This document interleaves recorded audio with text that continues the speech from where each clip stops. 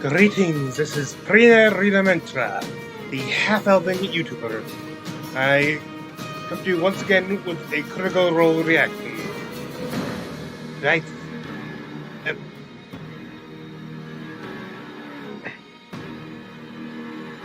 Tonight's episode, episode 36, first episode of October.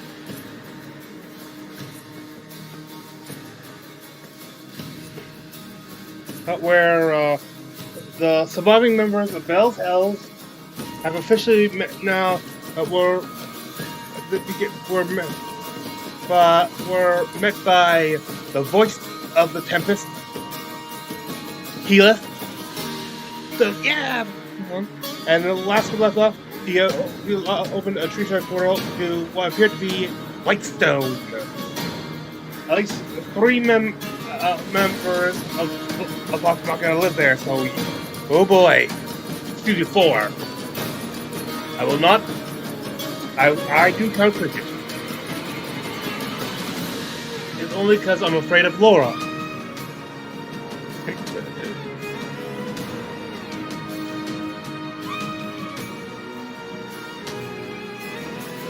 So this will be an interesting episode. Let's go. Before we go on, I should mention I do not own nor am I associated with Critical Role, its YouTube or Twitch channels,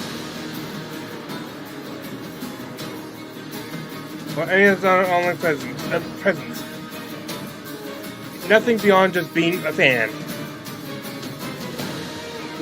and not sharing with fellow fans.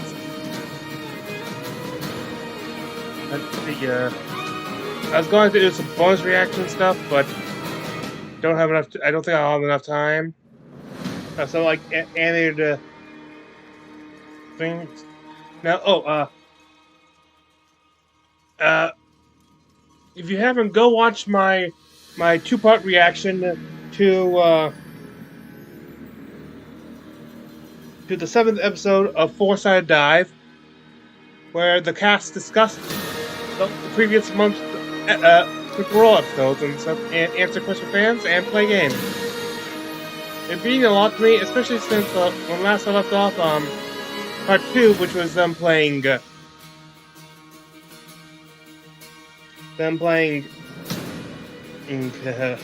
Minutes Race, which I guess that Travis and Laura, but particularly Travis, did not know anything about. So they made him the most curious guy. He ended up playing the most things out of all of them. So he is officially the bravest. And please go watch. The second part is the 100th. They are respectively the 99th and 100th episode on my Critical Role React playlist, which you'll find a link for at the end of this episode of this part. Real quick,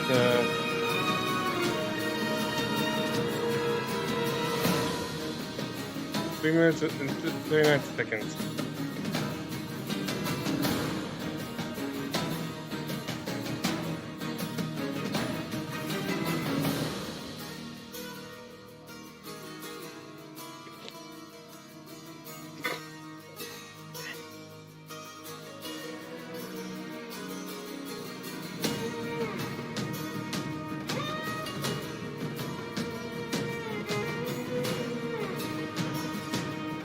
I swear, that image of Io makes her look like she has a beard.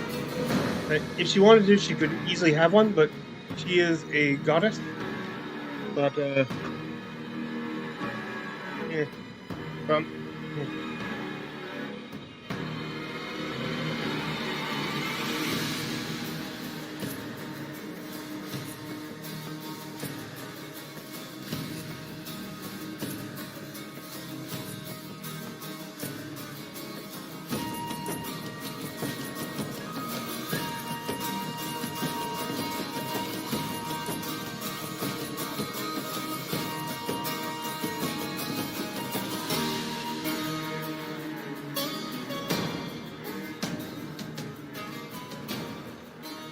Now, let us let us go to tonight's episode of Critical Role.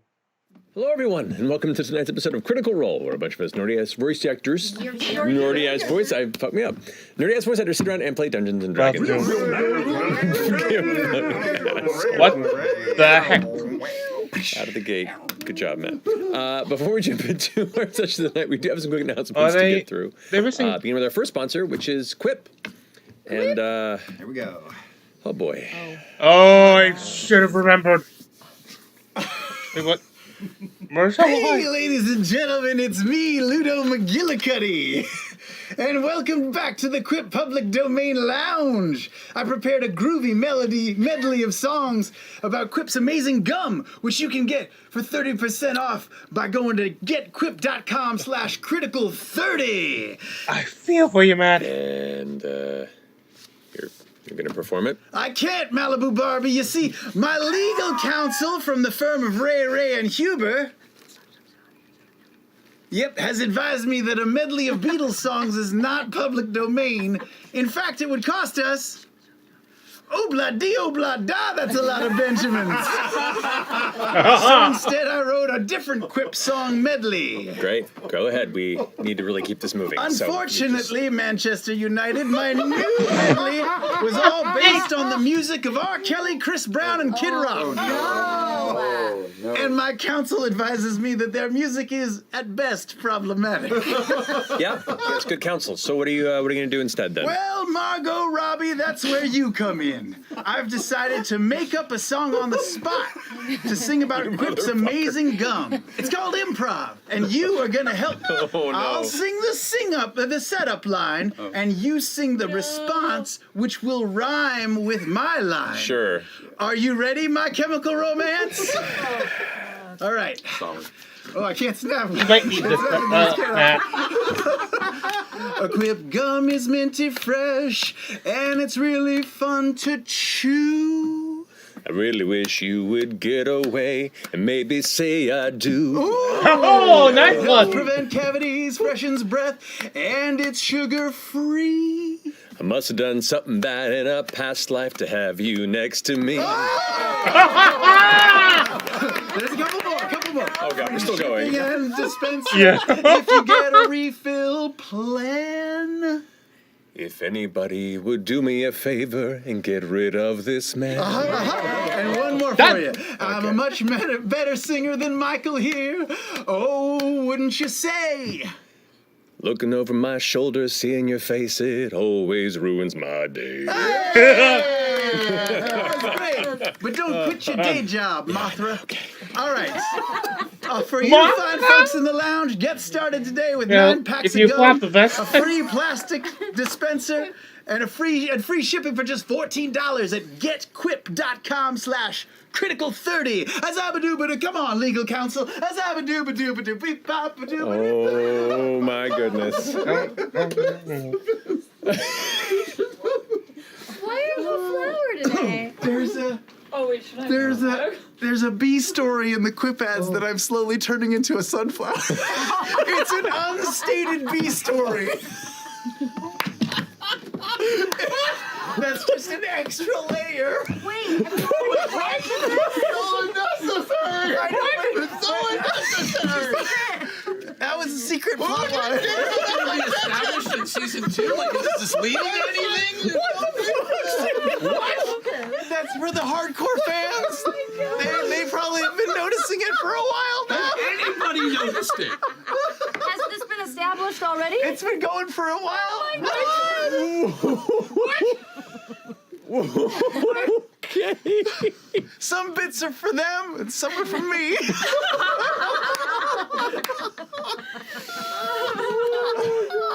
Props, Sam. The layers. Oh, man. Okay. I'm not okay. Well, I guess to follow that up, Travis, you had something you wanted to talk about? Yep. Well, it was a big day, and in case you missed our New York Comic-Con panel earlier, we have some exciting news. Season 2 of The Legend of Vox Machina is coming January 2023! The exact premiere date will be revealed soon, but even more exciting news, Season 3 has officially been greenlit! Oh, man. Season 3, the adventure continues. Thank you, everyone, for your support. We are so excited. We can't wait to bring you the rest of this amazing show. End of January. It's gonna rock your body. Get hype. Get hype. Get hype. Get hype. Roma Conclave. Not that. Hi. Hi. I'm hype. Oh, shit. I know. Okay, this is actually. This is a good grip. Okay, so. Okay, yes, thank you, Samuel. I am announcing this. You don't know. This is intense. This is intense. This was a lot. This is. I don't know if you can see it. It's the Molly Mock tea leaf. Slowly turn it in the light. Molly Mock tea leaf. And just a little Oracle of the Moon. I saw that. It's a tarot deck. Featuring art. Oh, I had the box upside down. Featuring art by Camia Lilium and Frey. There's a card. Oh wait, there's cards. You check it out. It's amazing. Box art by Grace Barrios. Here. Oh. So you got the Molly Mock cards and the Jester cards, and also your own blank cards to add to your deck as you see fit. You guys. Hold right there. You guys We've been working on this really Right. since we did the tarot cards in the campaign 2 stuff. It takes a while to make stuff, you guys.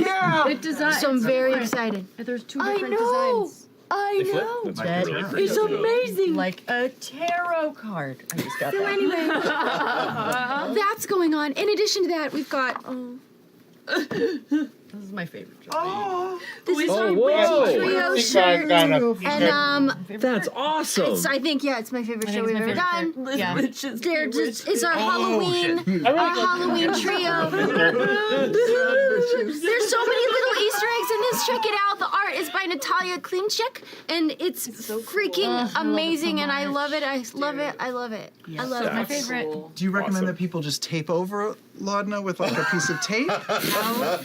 Just wash her out with your tears. And then in addition to that, I think I actually did order that. 8-bit villains sweatshirt crew neck thingy. I'm wearing the small. This is the large. Look, I'm Travis Willingham. It's got all of our villains from across multiple campaigns. It's incredible. The artist is Grace Barrios.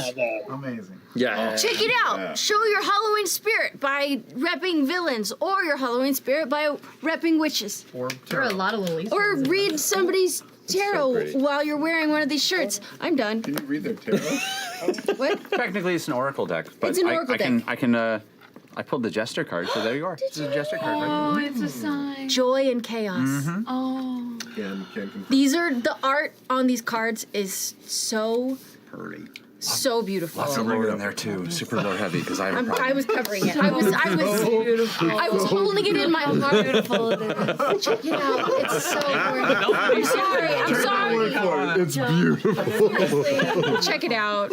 Go to our shop. I'm done. Okay. Thank you, Laura. Well, I believe that concludes our announcements. Oh, boy. So let's go ahead and jump into tonight's episode of Critical Role. Don't watch my room.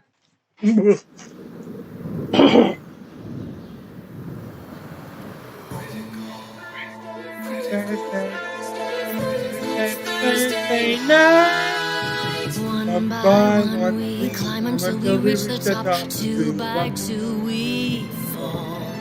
Will we beat our friend or beat our destiny? Hold your breath and roll. It's Thursday night. Be crazy. Join us. It's time to continue. Our fight. There is magic and mystery. Who knows what will happen? We might. But one thing's for sure. They never give up on the fight. From the healer to the renegade, we all share the same goal. Adding more eyes, taking more chances. Hold your breath and roll. Thursday night. It's Thursday night. All you can Join us, it's time to continue heart like there's magic darkness of friendship will rise. One thing for sure, we never give up on the fight. Oh, get ready, it's Thursday night. My condolences for your ears. And my throat. And welcome back. So, last we left off, Bell's Hells are recovering from their encounter with Odahan Thule, the deadly legend of the peaks, who seems intent on this strange psychic connection with Imogen. Tore through your group, killing 2 of you and mortally wounding Laudna before being pushed away by some sort of unleashed force within Imogen. Upon triggering a series of memories, some locked, some unseen, you all returned and found Laudna now expired. You managed to recover Fern and Orem, but Laudna remained dead and beyond your abilities. You called the airship to bring you back to Drusar, where you turned in Armand Treshy for quite a bounty. You traded information with Lord Eshtaros and prepared for what coming dangers might come to anyone involved in this circumstance.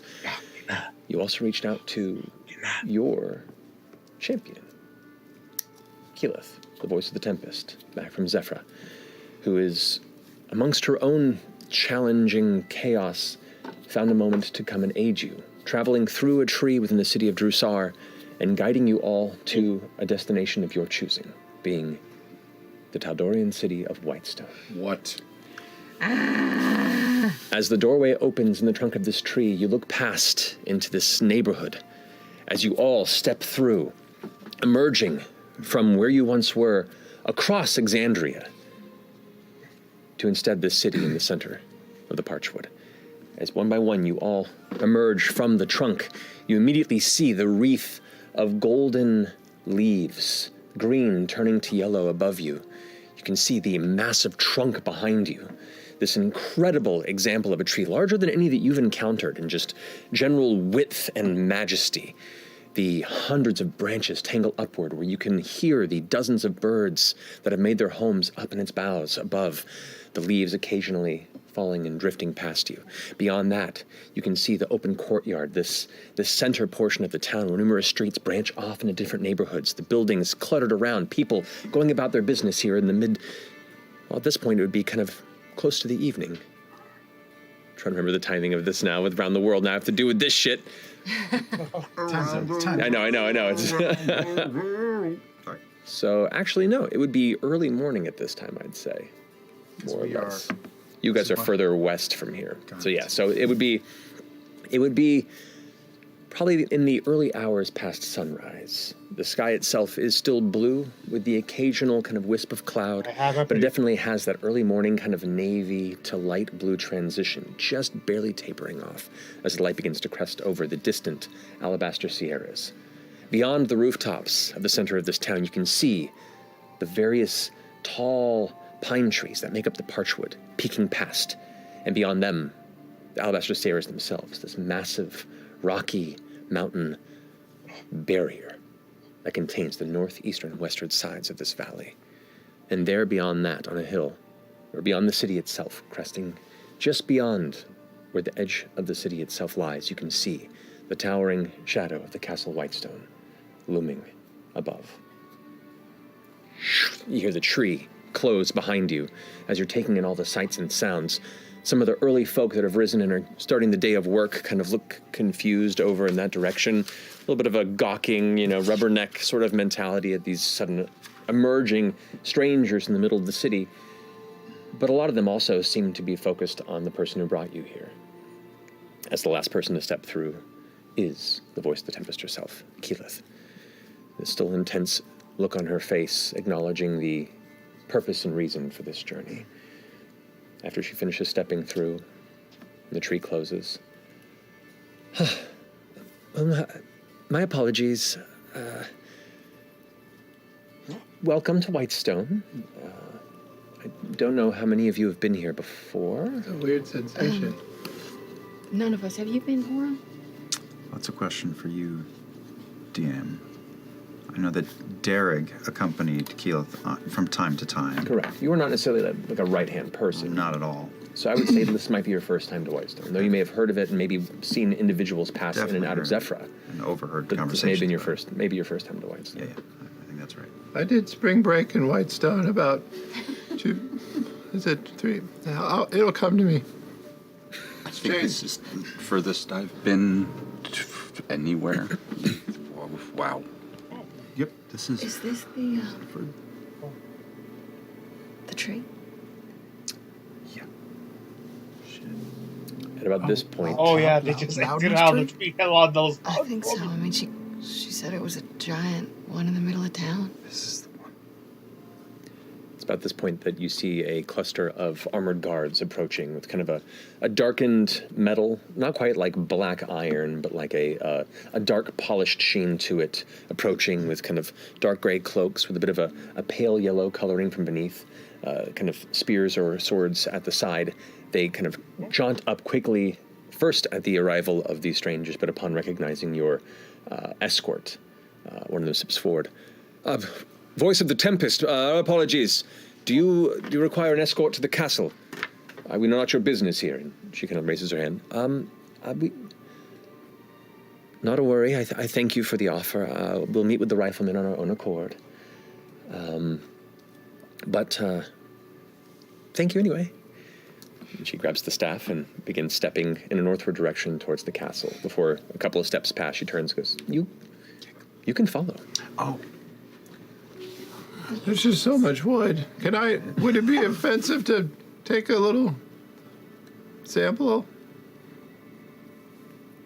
I would ask maybe the chamber first for permission. This is kind of it's kind of an important relic for the place. Okay, fair. There's so much to go around. Understood. Well, anyway, this way. Orm, out of old habit, falls in where Derek would, to the right and behind Keyleth, and where Lita then did, and just starts trailing the Tempest. Okay. I walk next to Ashton, who's carrying. Very tightly holding the package on my back. Okay. As you progress, kind of falling in line behind both Orm and the Voice of the Tempest, Fern, or fresh cut grass, and Orm definitely, you notice that as she walks, the cloak that she wears, this mantle of beautiful shifting colors of leaves, it trails just gently across the ground behind her. It doesn't push through and leave a mark across the dirt and dust, but you see where she walks, there's almost like a 5 to 10 second period where grass seems to grow and kind of leave just a faint image of where she walks behind. This little touch of nature just kind of blooming in her wake. I am on the verge of tears. You continue to walk through, and as you do, shutters and windows begin to open, individuals kind of bringing about the life of the day's work. And with that, also a few whispers and a few people kind of glancing and looking out and paying attention to this unexpected procession. As they continue to walk in silence, awkward tension, Keyleth eventually kind of looks over her shoulder. So, what do you all do? You say you're adventurers. Yeah, I mean, we all have different, come from different walks of life. I myself, I'm a master craftsman, Jenny Poc-O-Pea, C-Pop Industries. Fern here is a bit of a, jack of all trades. Oh yeah, for sure. Yeah, I do lots of so many things. I can sense the odd fey nature around you with but a glance. Oh, thank you. Thank you. You're very wonderful. I really like this piece. Thanks. Anyway. She's really good with animals and stuff, too. Oh, me too, actually. Oh, really? Wow. Keeps walking a bit. Hi. I don't think I've ever met an automaton with so much personality. Oh, I get that a lot. It's because I was I was created as an ancient killer 1,000 years ago, an assassin by a long gone land or civilization. But I forgot all that, and now I'm just trying to be helpful. Well, I'm happy to hear that you've chosen a different path. Oh my God! Redemption is Hey, also, the often next a group is gonna wonderful be- aspiration. I agree. Are you a holy person at all, or? Not in the classic sense, I guess. There are many holy people that do similar work, but I have a tangled relationship with the gods, you could say. Oh. Are they trustworthy, or? Some may be, but I tend to be more of a believer in, well, the world we call home. How can you tell which ones to trust? Sometimes you have to meet them. You've met the gods. A few. She keeps walking. Whoa. Okay, I'm feeling in over my depth. I feel like we're really in over our depth. This is a lot. I knew it was going to be a lot. This is a lot. She knows the gods. Some of them. Holy fuck, man. Continuing to walk past this kind of central cluster of neighborhoods, you see a few larger houses, some like small clusters. To the right, as you begin to approach what looks to be one of the outer walls of the city, you can see a second courtyard to the right, like another, almost like a marketplace with its own kind of internal courtyard wall. And towering above it, 3 stories almost to the sky, you see this intricate clock tower. You see all of these incredible carvings that at a distance look like almost gargoyles or soldiers, but some of them shift slightly. You can hear the intricate gears, even though as muffled interior as they can. As you walk past, you can hear just the whirring of clockwork. That's not bad.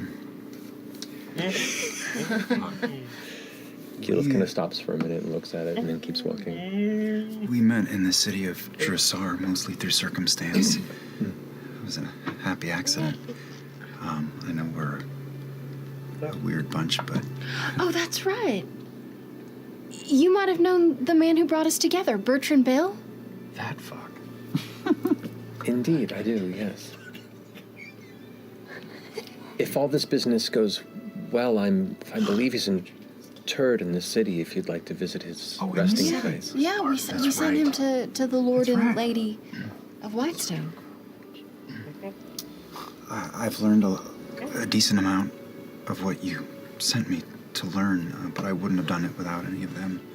Well, tell me what you know. And thank you for your help in this. I don't know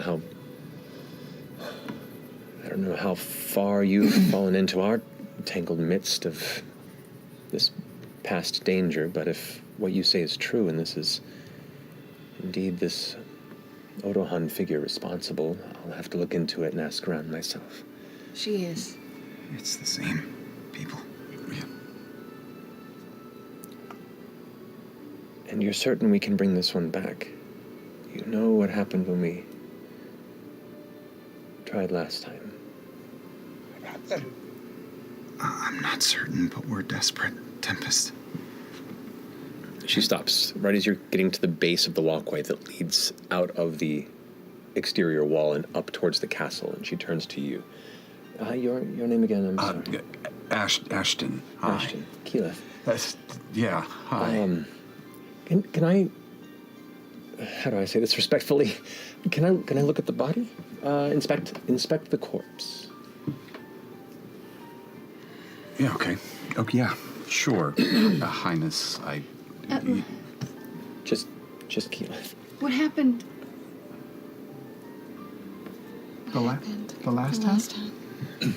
As you kind of take the body, and she's like now kind of just rattling off as she's beginning to help pull away the wrapping. Like, when we were attacked in Zephrah, the assassins utilized a particular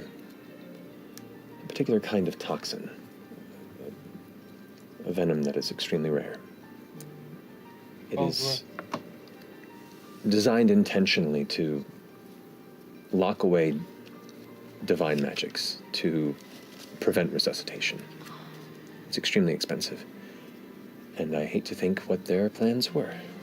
I know it's a long shot, but our friend wasn't killed exactly the same way.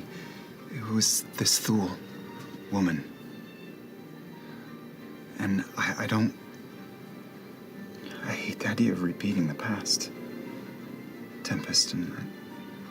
You watch as she kind of reaches back into her cloak and is pulling out a pouch, and from that is removing this like odd dried moss, and kind of like mashes it together, pulls out what looks to be like a series, almost like a dust with a few seeds in it, and you watch as she kind of sprinkles it over this moss. As it does, it begins to glow and swirl, and she brings her hand up, and you watch as it kind of trails her like a small wind just kind of pulls it out of her palm, and as she directs it downward, it drifts onto the wounds that are still visible on Laudna's body. And as it rests there for a second, they glow and then just dissipate and dematerialize. Keyleth nods and stands up. Well, the good news is there's no trace of that toxin, so whoever did this wasn't looking to, at least wasn't prepared to close the loop. So that's good. She starts helping wrap that up. Laudna is a special case. I mean, obviously, I know how much you know because I'm the one that told you, but she's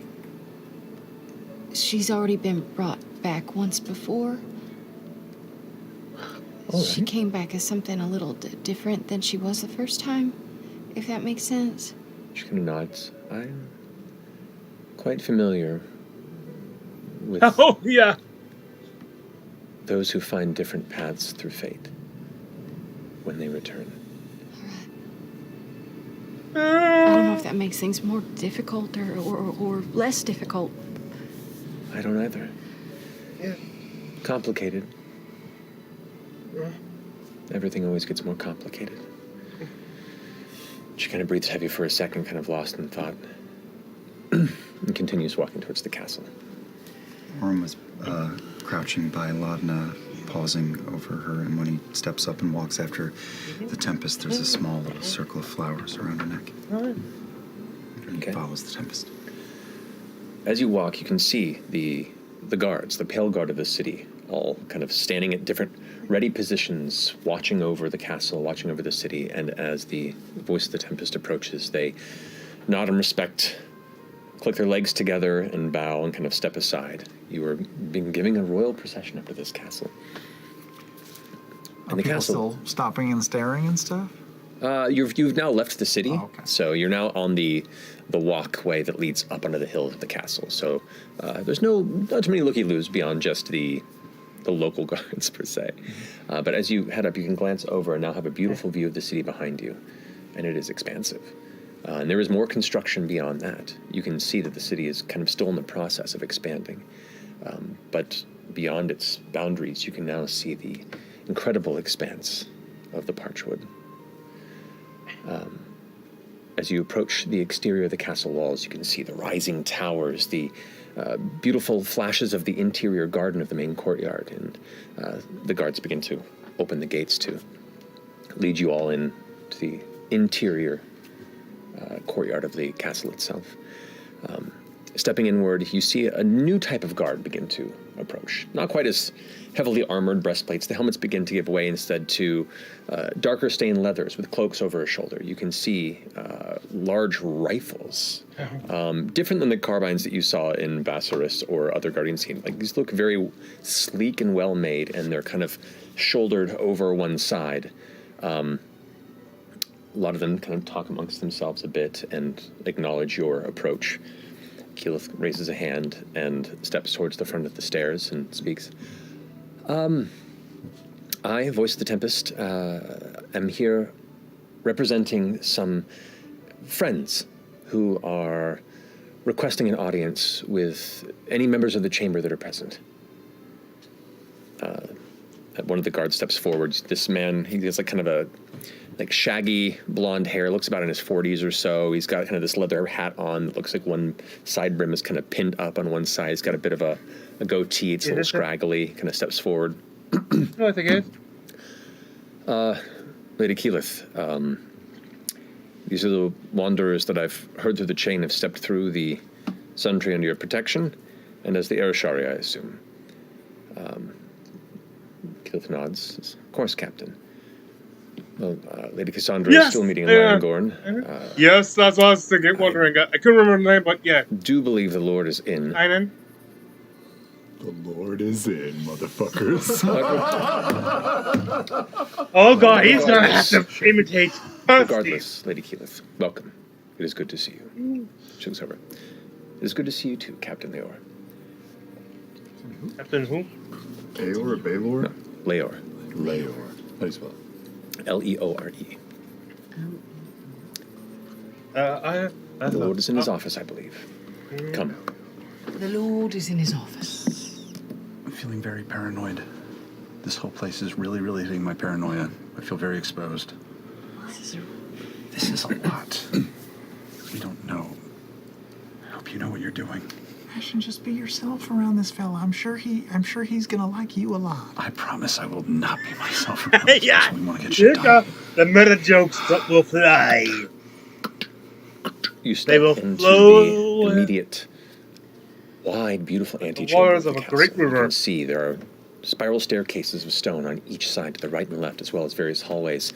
Like and the what looks to be one champagne central chamber that and leads Nobleman's forward into party. a heavy staircase, where two doors are closed into what looks to be a grand chamber beyond. Stepping inside, the captain with the hat continues to lead you to the right-hand side, down a long hallway, and up a secondary staircase. About this time, as you're kind of nervously looking around, you can see all manner of beautiful decorations. There are like stone wall-mounted ivy plants that drift down the side of the wall. You can see there are thin banners that carry what looks to be a crest that bears both a massive tree on it that kind of winds up with a star in the center with a number of stars around it beyond there. You recognize it as the crest of the Chamber of Whitestone. Orym, you notice you're being followed. Glancing about, you see a shadow out of the corner of your eye down behind you in the hall that just vanishes. Size? About your size.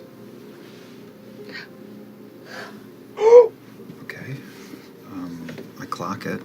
Ganlin? Is it a gnome? Or is it one of the children? You continue up the stairs to a secondary floor, and then turn right to a large set of double, kind of dark, brown-red colored wooden doors with iron clasps across, and what looks to be large iron rings to pull it open. The captain knocks.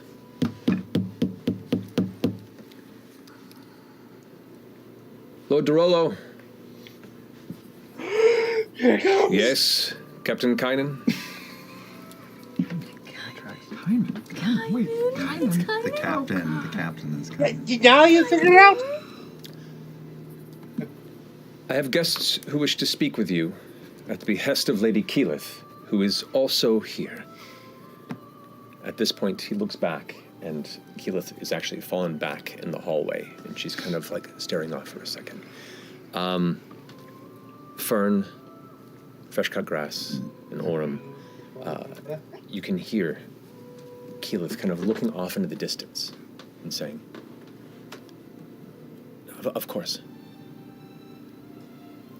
Yes, no, I understand. I'll be there as soon as possible.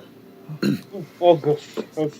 He's not doing two votes at the same time. Looks back to the rest of you.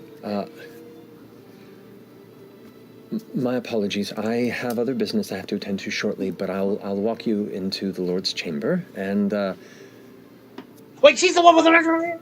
They should be able to take care of you from here. It won't be you helping with her? I do not have the materials at my disposal to help with such an endeavor. Unfortunately, if you don't go, you have the rest power. The level of magics that could possibly do so require rare materials that are, at the moment, beyond my grasp. Oh. Well, we're grateful for getting us here. Okay. Of course, of The help course. was immeasurable. Thank you, Tempest. Of course. We have money. We can buy materials if that's what you need. Do you have 25,000 gold on you? Oh, no. Close to it. We can get it. Maybe. I see what other options there are at your disposal, possibly within other people's bailiwicks.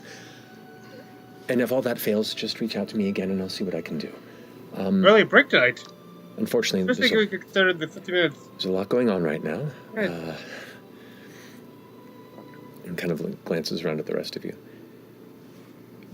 We are a month out from Apogee Solstice, which means many different forces are working towards goals, altruistic and nefarious. We haven't even told you everything we found out.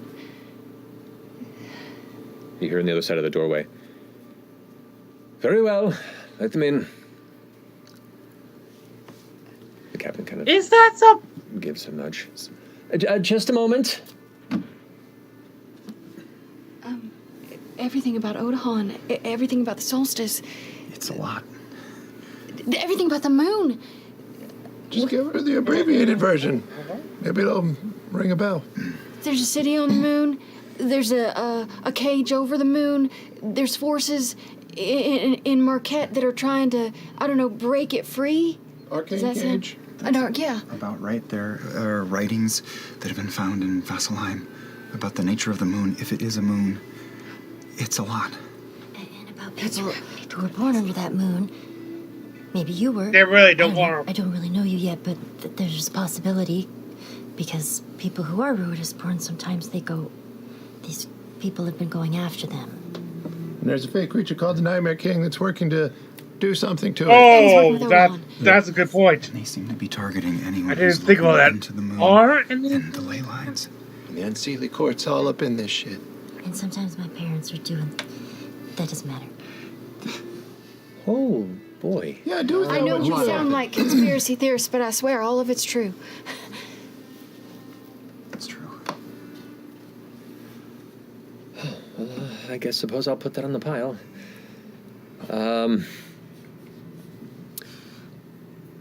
Okay. Let me think on this.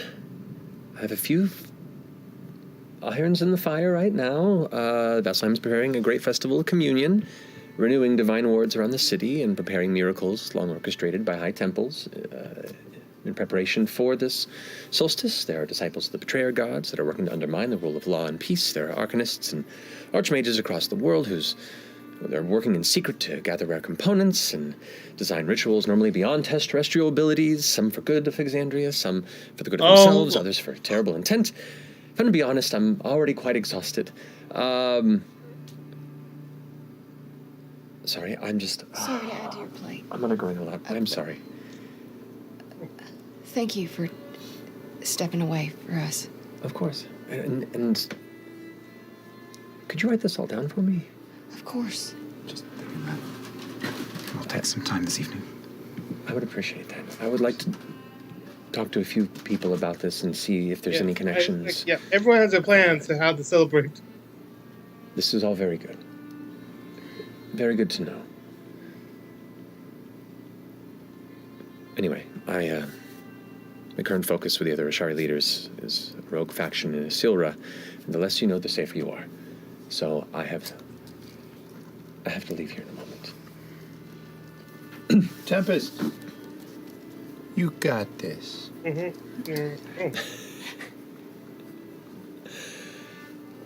I better. One more question before you go. Just real quick. The Changebringer, is he trustworthy? She Oh. is one of the good ones. Oh, yeah. Oh, wow. At least one of the freer ones. And sometimes one of the fun ones. Fun? I've never met her. Oh. But I've known a few people that fall into her footsteps, and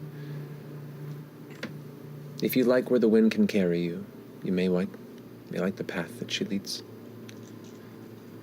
If faith is your thing. Yes, and Percy's just went.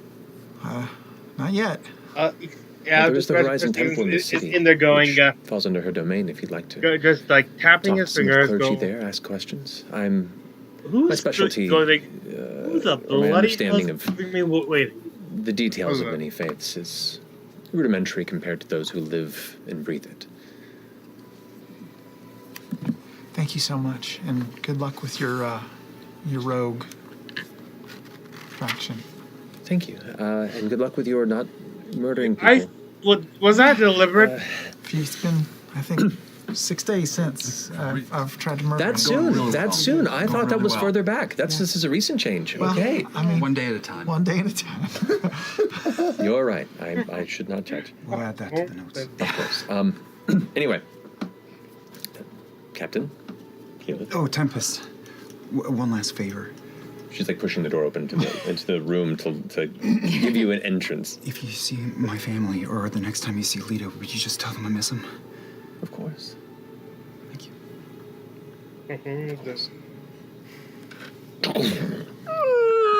The door opens.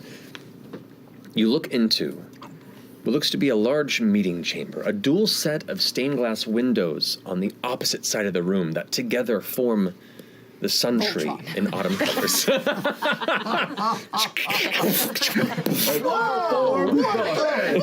This is Derulo we're talking about. It's true. It's true. It's been busy for 30 years. He's been making Next campaign's gonna get real weird, y'all. Now he is. Thank you very much. And I'll form the head. Alrighty.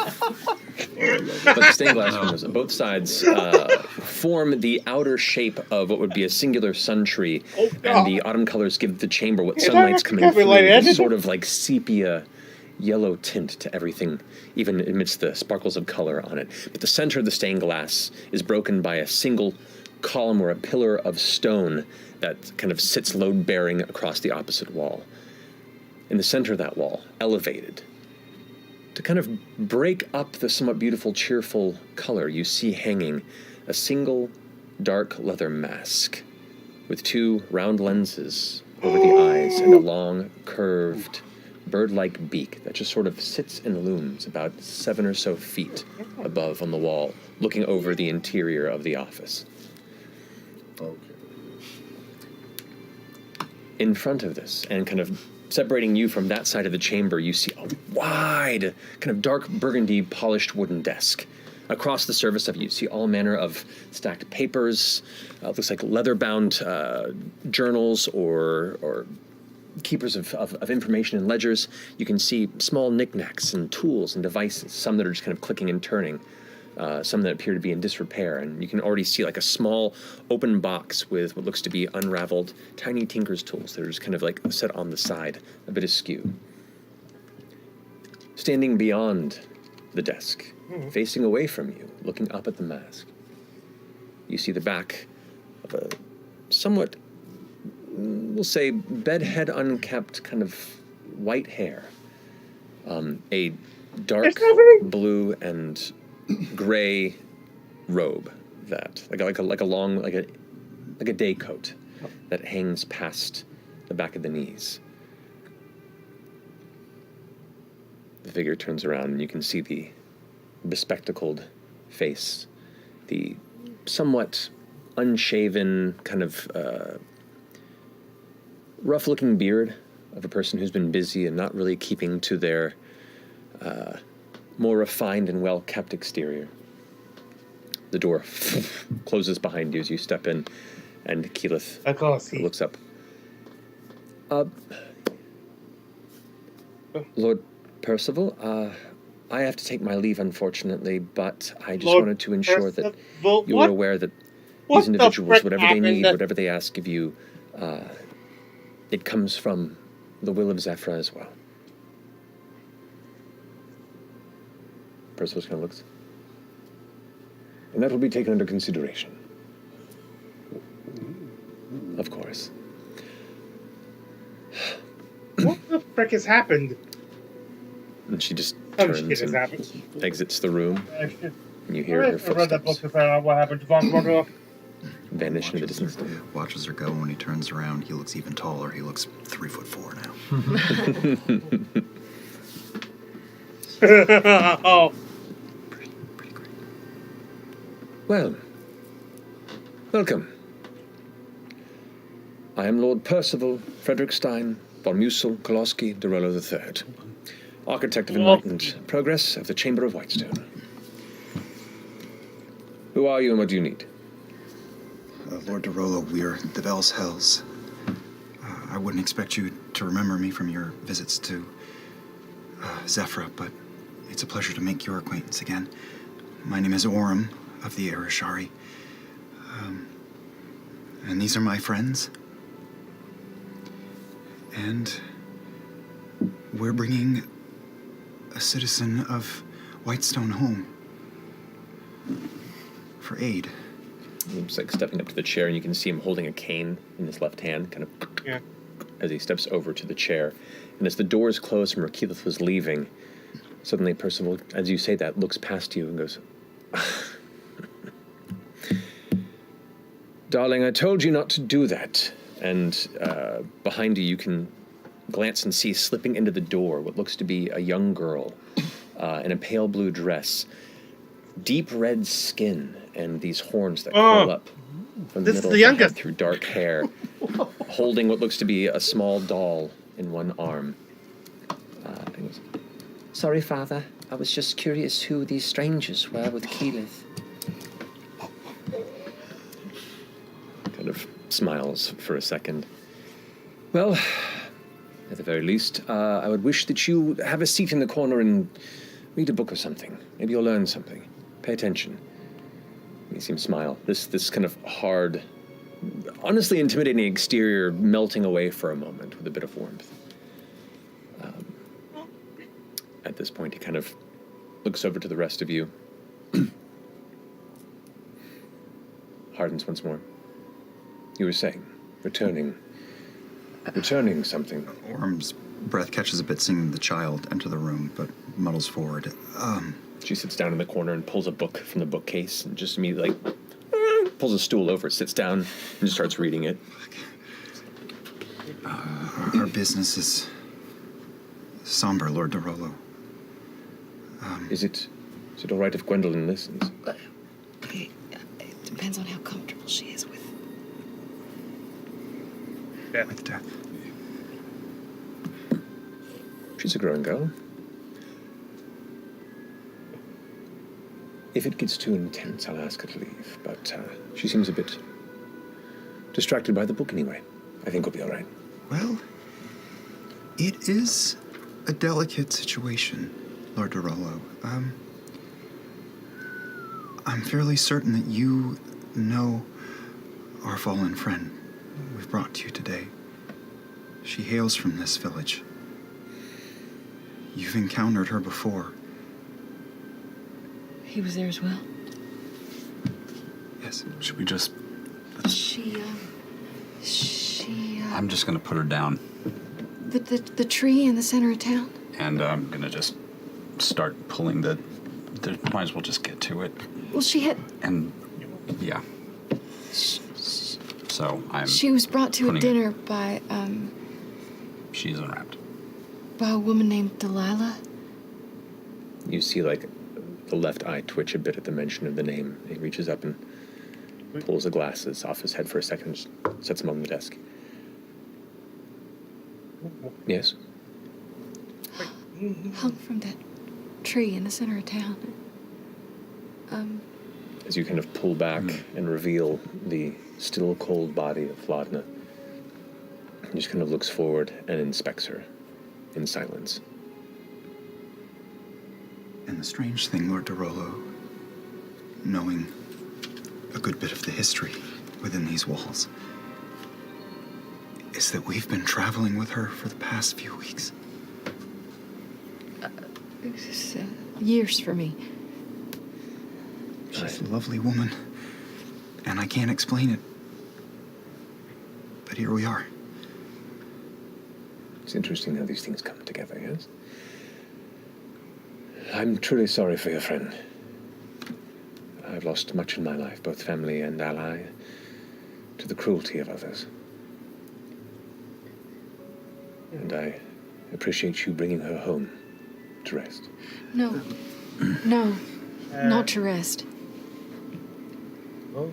Her life was ended by a very evil woman, Odahan Thul. An enemy of Zephyra. And all good folk. We were told you had the ability, you had some connection, something that could bring her back. He picks his glasses up and puts them on and kind of presses them to the center of his forehead. Do you have divine magic? I have little interest in the power of the divine, but it does occasionally serve its purpose. No, I do not have such an ability. What you ask is certainly no easy task. Death is a certainty of all mortal life, and such powerful magics are rare, costly, and sometimes push against the order of fate itself. Now, why should we undertake such a trial for your friend when so many others fall and are surrendered to dust? Respectfully. I think, Lord Tarola, because Laudna is a bloom of goodness that has grown out of a history of darkness that deserves to be nourished and grow. And I've learned a lot at home. And I know your story.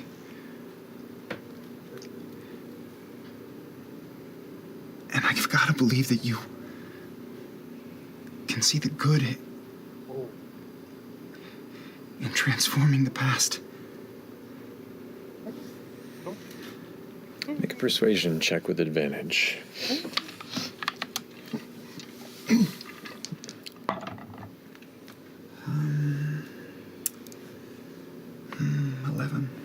11.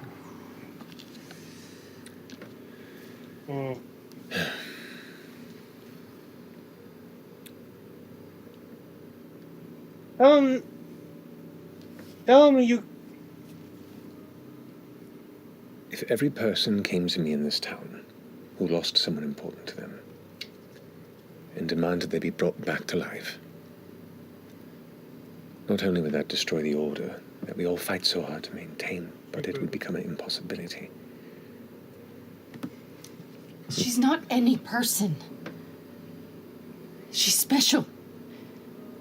She was chosen.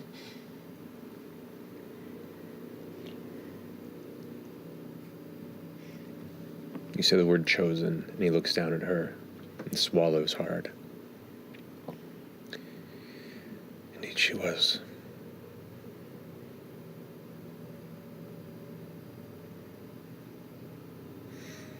I can think of two ways that go.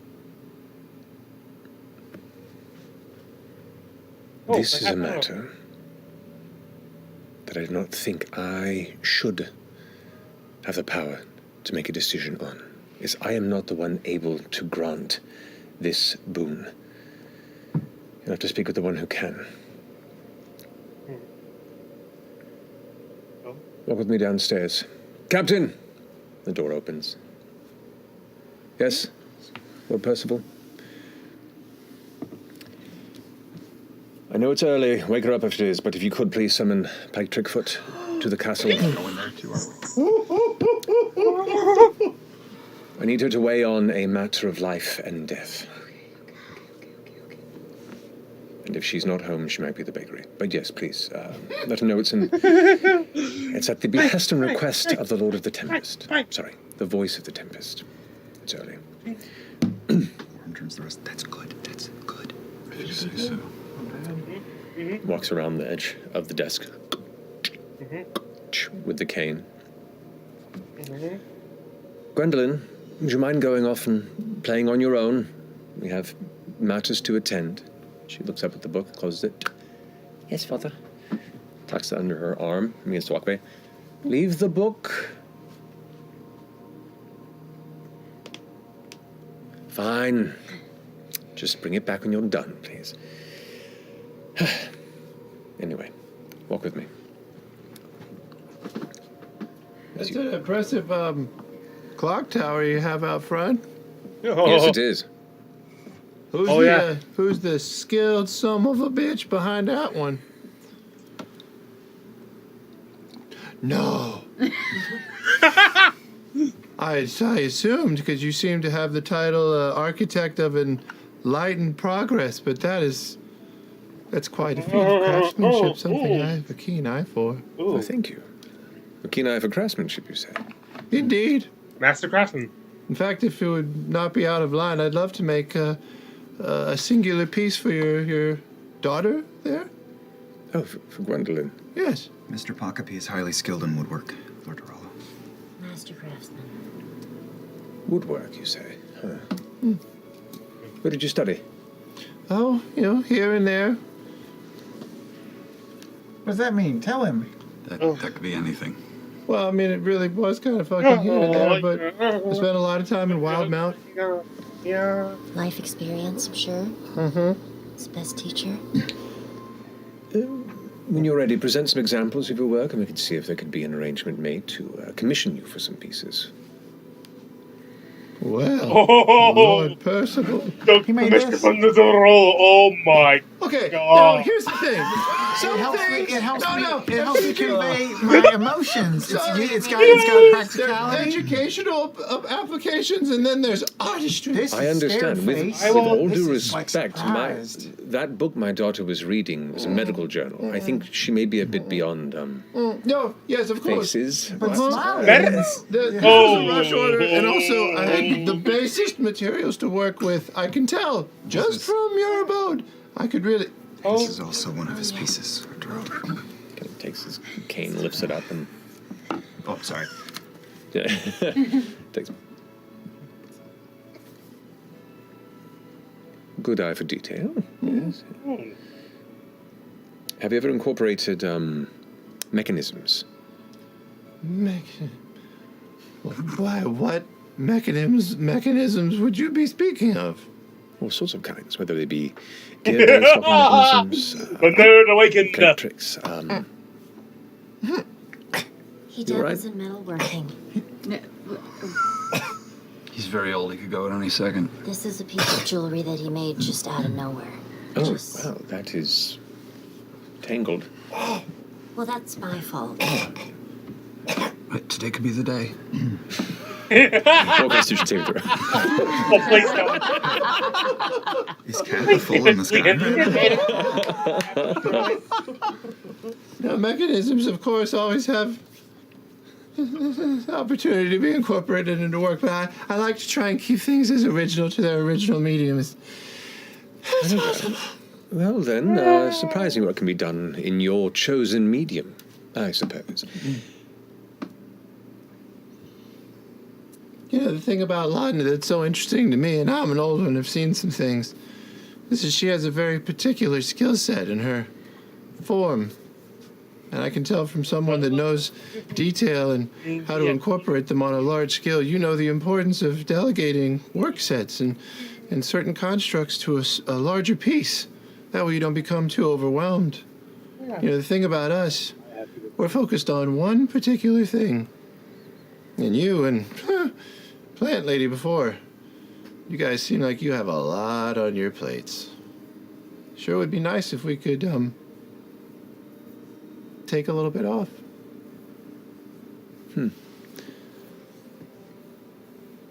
Looks over to Gwendolyn, who's in the hallway. Gwendolyn goes, Daddy, they were talking about the moon, and they were talking about all sorts of strange things and people. Yes. I think she's got. Yeah. If you're looking for a road subclass for in the future, I would recommend maybe. It helps to be a little crazy.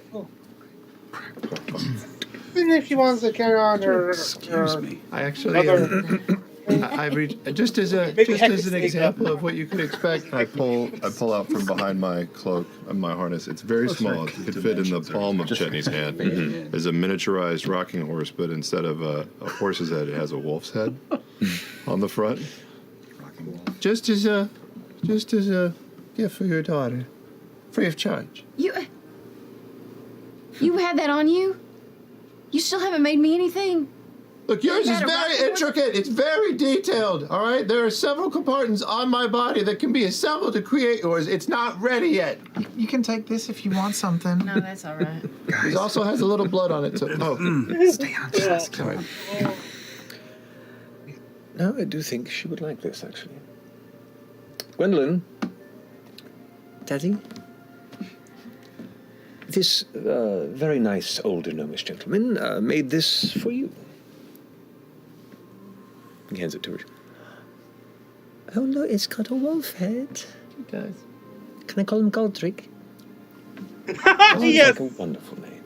Yes, do it. And she kind of looks at it, Here we sits go. back, and kind of gives her a nod. A fine gift, and thank you very much. The craftsmanship, even at a quick glance, does appear to have quite a level of detail and refinement. I shall keep this in mind, should I be looking for wooden materials to be incorporated. To be considered. Comedy, but with a little bit At this of. point, he's led you down into the main entryway where you first entered.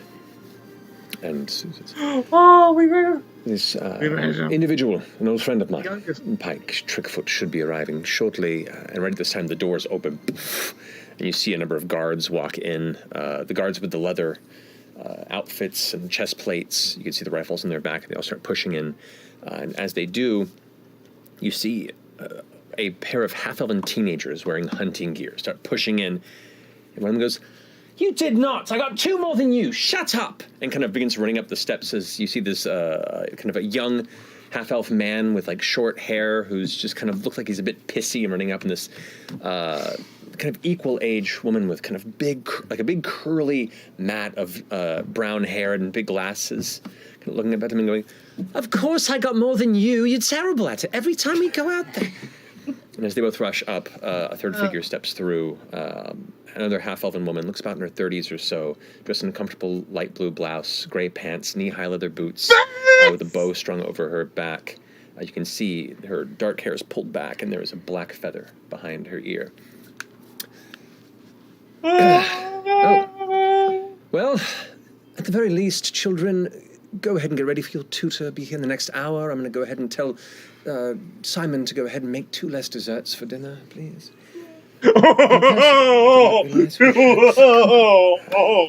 go, Could you also have someone go look to the Seven Horizon Temple to appear someone defaced one of the statues of the eggs?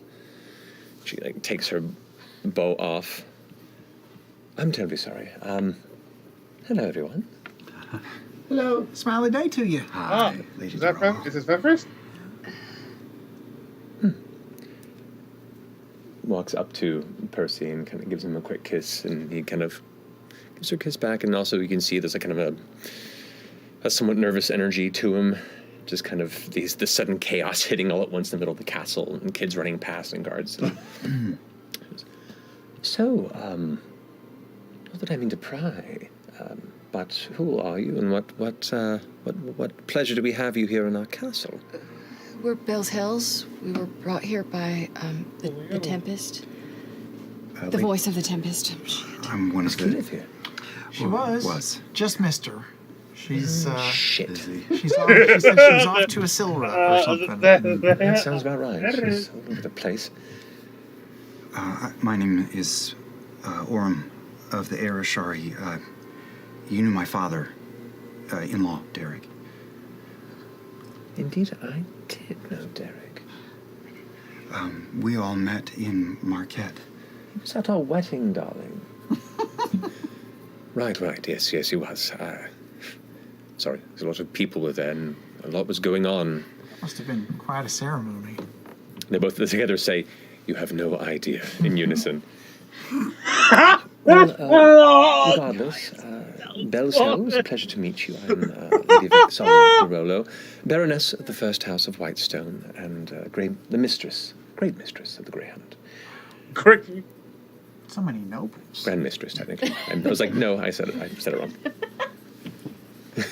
Grand mistress. Grand mistress. Maybe it's a new title. Yeah, maybe. Yeah. I don't know. It's a lot of words. It's understandable. Mm-hmm. Oh, I wrote you a letter.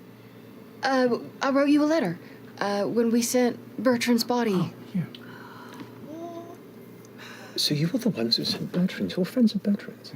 Bell's Hills, That's after why all. that Bell's Hills. Bell and Bell's Hills. Goodness. Was. Why are you so tense, darling? They're friends. I know they're friends. They've just come with quite a request. Oh. Well, I'm certain we could do our best. Thank you. And thank you for returning Bertrand to us. He was unique. But Yes, he was. stout of heart and a very well-meaning gentleman. We miss him very much. That's the, As do we. And we're hoping not to lose another. We were Okay, just yeah, explaining I just to yawned. Lord Derolo. I just yawned, yeah. Lady, What I want to do. we've brought home a daughter of Whitestone. One of yours. A very special one of yours. We need returned. Yeah, she's not being brought back to rest. No. Well, now I think I understand exactly what the ask is. That is an ask. Have you Yes, I've reached out to Pike. Well, good. Hopefully she can sort this out. I'm going to go get changed. I'm a sweaty mess, and I feel awful that this was our first meeting, given... It's been a pleasure. You better be getting ready, and she heads up the stairs after the two younger half-elves. Orm tugs on Imogen's sleeve and looks up at her and says, "You can see the resemblance." Yeah. Oh, shit. Between who and... What? Yep. She was the woman that Laudna was.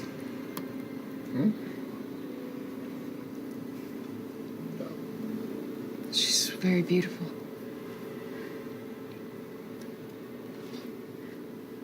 A few semi-awkward moments pass of waiting here in the chamber, clearing throats, bit of conversation. Lord Percival just seems stoic, and one by one, reading you from tip to toe. So, people live like this. I mean, this is... It's a very big castle. This is normal, yeah. It was my family's, long before I was around, and shored up by... Oh no.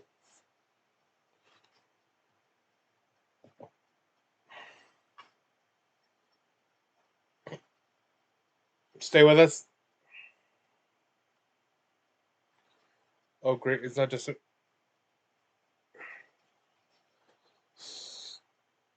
Stay with us. Come on, you... City, of which we have helped restore this wonderful town. Were you here when the Briarwoods were here? Yes? What do you know of the Briarwoods? Only what Laudna told us. That was a dark time. But look at it now. And he now, gestures out to the still open doors to the front of the castle, and you can see now the sun has risen higher in the sky, and with that, the vibrant greens, the parchwood around it, the multitude of colors and vibrant rooftops that you can see across the ever-expanding city is a beautiful sight here in the early morning. Even the darkest of times can give rise to beauty. Sometimes things fall only to be built up better.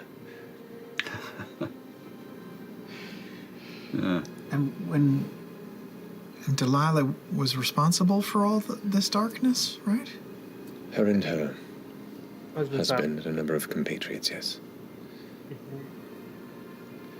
I think what we were hoping, Lord Derolo, is that our friend, that Laudna could receive the same rebirth and second chance that Whitestone received.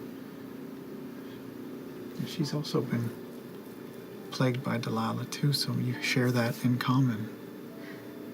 Looks, she's wrapped up. I'm still holding. Yep. Oh yeah. Looks over towards the form that you carry. Well, her fate is beyond me. I'll have to speak with her.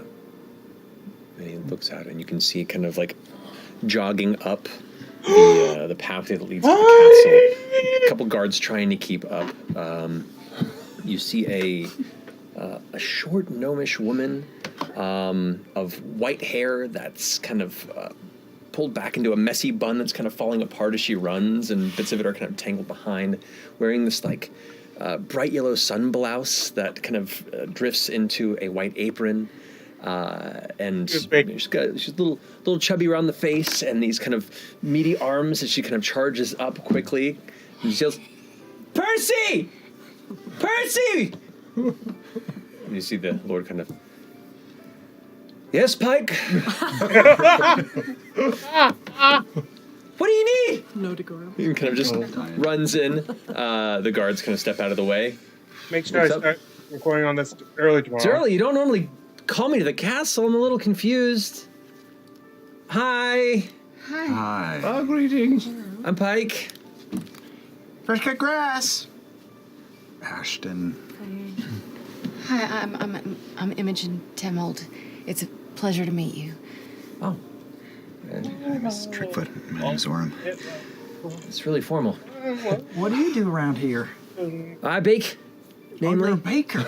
Yeah. Well, I don't do as much as I used to. We have a lot of people running it now. We have a shop down. It's called the Slayer's Cake. It's a little ways into the city there. Oh. I'm more of a manager at this point, but I still like to get. I look at Lord Derolo. I thought you said she was She's a baker? a holy woman. She runs a bakery?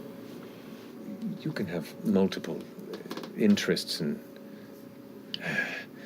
Pike, yes, I'm sorry to pull you away from your morning goods, but these individuals have come at the behest of Lady Keyleth. They seek the restoration of a fallen friend. She was, oh, okay.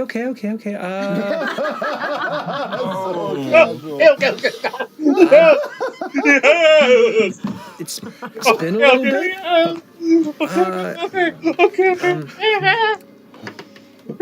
bit. You all seem to be standing okay. Are they here? Yes. He's the dead one over there. Here now again. Is this what? Right Where on would the you like slip. to see her? Is it all right, Is Mr. there a- Derolo? Can we just like plop her down on No, the is chair there or something? Or Here is fine. Oh, it's nice fabric and stuff. I don't know if she's like leaking. she's not leaking. She's not decomposing. You stopped her from decomposing. That was eight and a half days ago. Was it 8.5 days? I thought it was 5 days ago. It wasn't that long. It could probably closer. 6 or 7. It's still holding a bloody spell. As you begin arriving, Pike, you see like pulls from the blouse a chain that dangles, and there at the base of it, you see what looks to be a golden symbol that resembles these like flaming angelic wings. What's that? Oh, this is just a symbol of my. Steal it. That was my first No. Well, I have a friend who's also a god, and this is what I used to talk to her. How many people know gods in this town? You all just talk to Have you gods talked to over gods here. too? Well, I mean, anyone can talk to a god. You just have to go and pray at a temple. Oh. Oh, that doesn't sound as exciting. Lady Keyleth made But it I have sound actually like... talked to her. What? So that- Oh anyway, my God. that's a long time ago. I'm just a baker now. Wait, A so baker that can bring someone back to life. Well, I didn't make any promises. And at this point now, she looks down and, oh no, this poor thing. And she kind of kneels down next to her and kind of like brushes the hair out of Laudna's face. She looked like that before she died. Yeah. This is her. It's a little weird. Yeah. A little weird, but She killed once before. takes all kinds. She was... were you at the... She died in the tree, and then she was brought back. Lord Percival goes, she was on the sun tree, Pike. Oh. Yeah. Oh. Yeah. And you hear a voice from the stairs above. Oh. You see, just having stepped down the spiral staircase to the left where she had previously vanished, Lady Vex'ahlia, kind of frozen, looking down. Percy, was this... Was... It was you. She was you. She quickly steps down the staircase next to Pike and kind of leans down.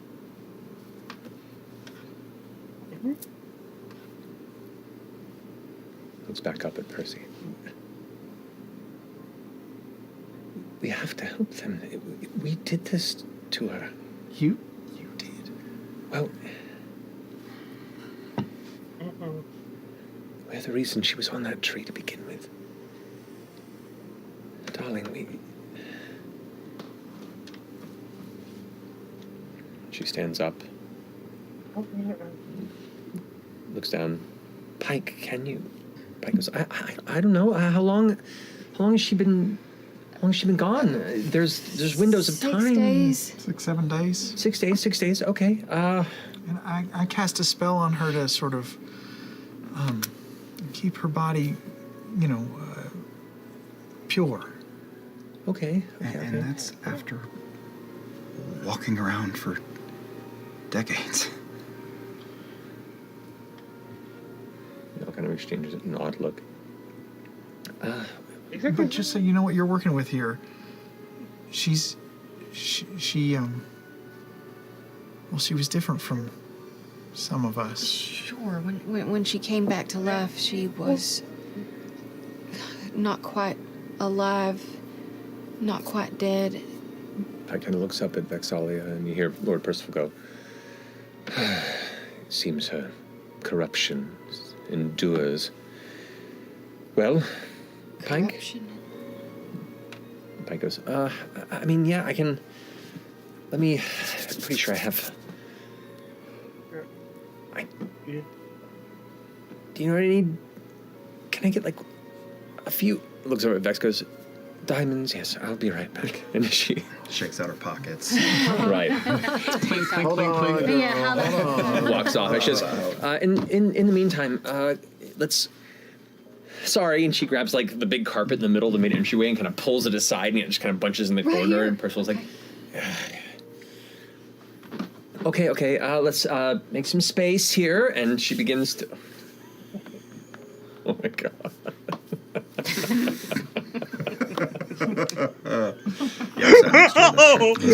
You evil!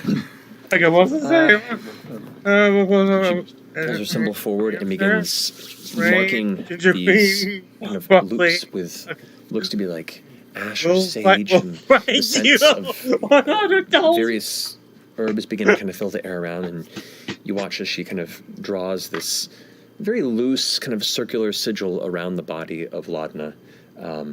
Also looking towards you and go, hey, Big Guy, can you help me unwrap the rest of her? Yeah. Just get her ready, lay her down, comfortable, arms, legs out at the side. Nothing makes sense. Sure. Okay. Go ahead and close the doors behind. The dim interior of the chamber now, with as much light as has been there for a while, seems even darker in this moment. Pike now holding this a little further, begins like reciting some words, whispering to herself a bit. It's been a while. Right. Okay. We're good. Don't worry. I totally have this. It's all fine. Or Vex? Imogen down again and gets right by her ear and whispers, I should have told you guys before. These guys are kind of legends. This whole thing is very weird. You hear the heavy footsteps as Vex rushes in. Pipe, my dear, here. Hands her, looks to be a cluster of 4 diamonds of different sizes. They're affixed to other pieces of jewelry. And she takes them. I trust your eye. Takes them and holds them in her hand. And just closes her eyes. A moment passes in silence. Another moment, and you can hear the ever so faint sound of Is it an incantation? Is it a prayer? You're uncertain. But the drawn-out time, the lack of response of anything, begins to build up an anxiety and a fear in you.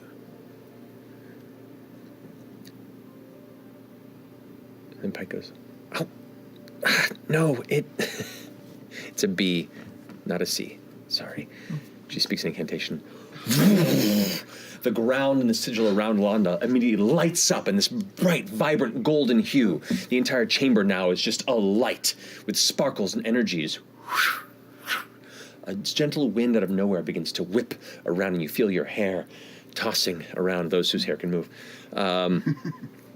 You see as Lord Durrell kind of takes a step back and takes a deep breath. Vex'ahlia kind of comes up to his side and holds his arm. And Pike now closes her eyes once more, clutches her holy symbol, and now muttering under her breath, opens her eyes once more, and where you once saw pupils, you now see a bright golden light to match the color of the sigils, just beaming from her face.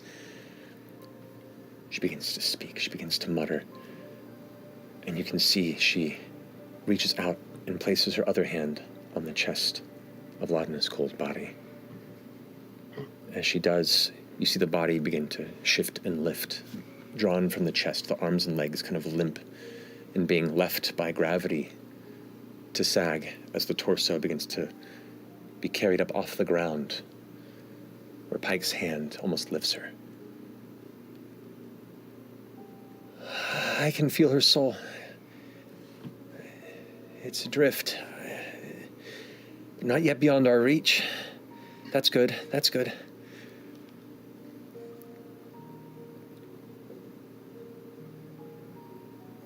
What is... There's something else here. There's something... I'm trying to reach for her, but it's holding her back. I can't... Is it Delilah? Percy? And she pulls her hand back, and all the light vanishes. Laudna hits the ground, and you watch as Pike kind of like sits back a bit, her hand still out in front. Percy? There's two souls bound to this body, and I can't separate them. Not like this. Percy steps forward. Two souls. Yeah. And one of them is Delilah Briarwood.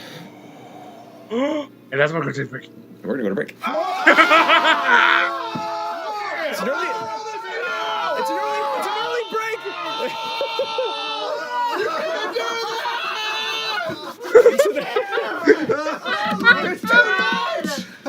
We just gotta see this. I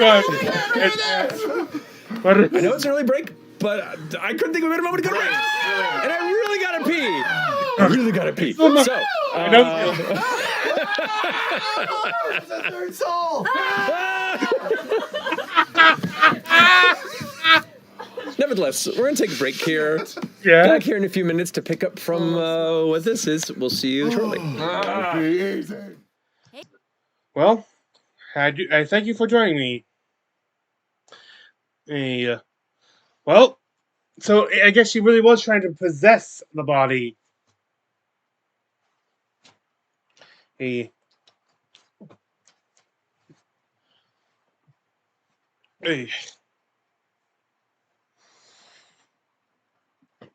Oh, maybe they could try bring her using reincarnate. If they do that, they...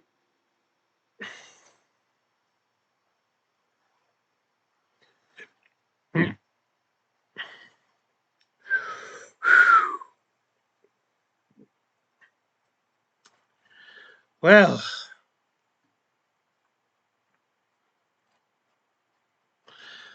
If they cut this off, she'll probably... If they manage to separate Delilah from her,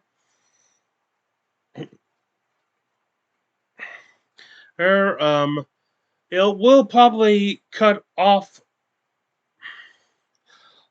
any pack magic she's getting, so she will need a new...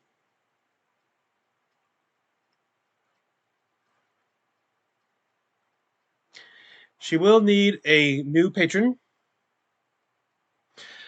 Anyway, thank you for joining me. This is Ferdinand Rionacha, half elven Newbert. I wish you good fortune on the quest of life.